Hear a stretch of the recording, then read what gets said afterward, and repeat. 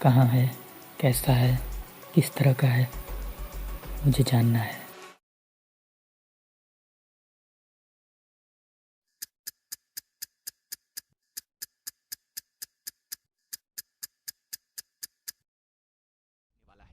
ऐसा इसलिए कि उत्तर प्रदेश के सोनभद्र में सोने का विशाल भंडार मिला है। जियोलॉजिकल सर्वे ऑफ इंडिया की रिपोर्ट कहती है कि सोनभद्र की कई पहाड़ियों में हजारों टन सोने के। आज तक की टीम जब सोनभद्र के जिला मुख्यालय रिपोर्ट के मुताबिक सोनभद्र के सोना पहाड़ी और हरदी की पहाड़ियों में करीब 3000 टन सोने का भंडार पाया। यूपी की कानून व्यवस्था को चुनौती देने वाली वारदात से पूरा सूबा दहल गया, जहां सोनभद्र में बेखौफ दबंगों ने जमीन की खातिर दिन दहाड़े ताबड़तोड़ गोलियां चलाकर 10 लोगों की हत्या कर दी। वारदात सोनभद्र के घोरावल कस्बे के उब्भा गांव की है, जहां जमीन को लेकर विवाद हुआ था। जहां ये वारदात हुई है वो जगह सोनभद्र के जिला मुख्यालय रॉबर्ट्सगंज से 55। फिर यूपी की योगी सरकार कानून व्यवस्था के नाम पर सवालों के घेरे में है। यूपी के पूर्व मुख्यमंत्री अखिलेश यादव ने इस हादसे पर ट्वीट कर योगी सरकार पर निशाना साधा।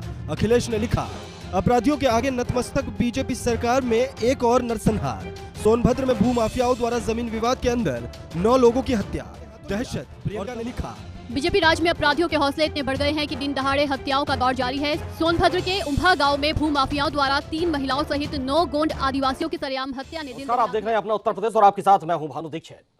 सोनभद्र में तरक्की की तस्वीर तो दिखती है, लेकिन इससे अलग ऐसी भी तस्वीर है जो शायद किसी को नहीं दिखती।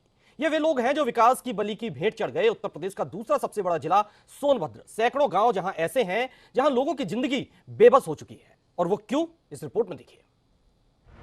सोनभद्र जिला जो कि प्रदेश में औद्योगिक हब के नाम से जाना जाता है, लेकिन सोनभद्र के सैकड़ों गांव की पहचान अब अपाहिज गांव के रूप में होने लगी, क्योंकि इन गांवों में हैंडपंप के पानी में फ्लोराइड की मात्रा अधिक होने से, फ्लोरोसिस नामक रोग के चपेट में आने से यहाँ हजारों लोग विकलांग हो चुके हैं। पिछले 18 साल से यहाँ के लोग शुद्ध पानी की मांग कर रहे हैं। यहाँ की कंपनियां औद्योगिक कचरे को यहाँ के नालों और नदियों में बहा दे रही है, जिसके कारण ये पूरी समस्या उत्पन्न हो रही है। अगर इसे समय रहते रोका न गया तो स्थिति और भी भयावह हो सकती है।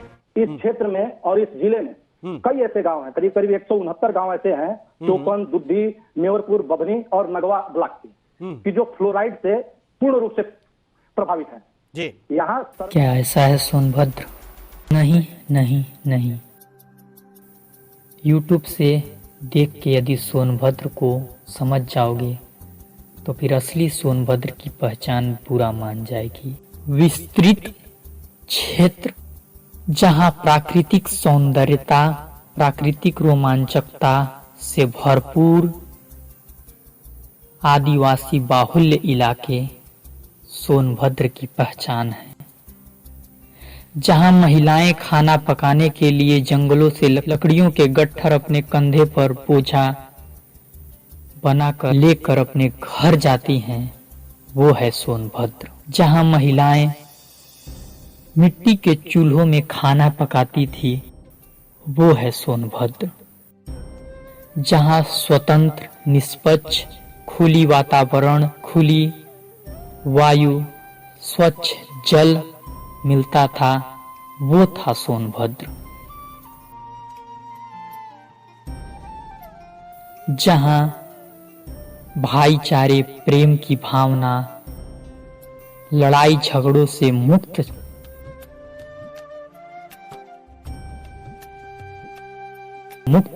जिला, वो था सोनभद्र। सोनभद्र जंगलों के बीचों बीच बसा एक विस्तृत क्षेत्र, जहां पर आदिवासी बाहुल्य इलाके हैं और आदिवासी जनसंख्या निवास करती है और अपने दैनिक क्रियाकलापों के लिए संघर्ष और जीवन यापन के लिए प्रेम के निर्वाह से पूर्ण तरीके से अपना जीवन जीती थी, वो है सोनभद्र।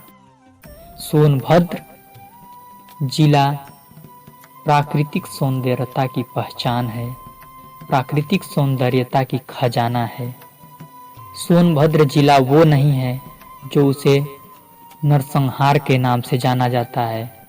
जहां सोना निकला है वो सोनभद्र नहीं है। जहां पर फैक्ट्री बसी हैं और फैक्ट्रियों के कारण सोनभद्र की प्राकृतिक सौंदर्यता और प्राकृतिक खजाना और प्राकृतिक शक्तियों में लगातार ह्रास हो रहा है, वो नहीं है सोनभद्र। सोनभद्र स्वतंत्र, निष्पक्ष, स्वच्छ और प्राकृतिक सुंदरता से एक आदिवासी बाहुल्य इलाका को सोनभद्र कहा जाता है। मुझे अपनी इस पहचान से नफरत है जो कि मुझे वर्तमान में मिली है और मिल रही है, क्योंकि सोनभद्र की पहचान कुछ और थी। सोनभद्र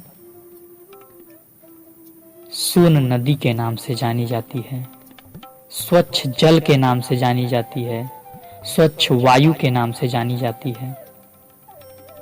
इसे हिंडाल्को और फैक्ट्रियों वाला सोनभद्र ना बनाइए, इसे सोने के नाम से ना जानिए। सोनभद्र को नरसंहार के नाम से पहचान नहीं चाहिए। जय हिंद, जय भारत।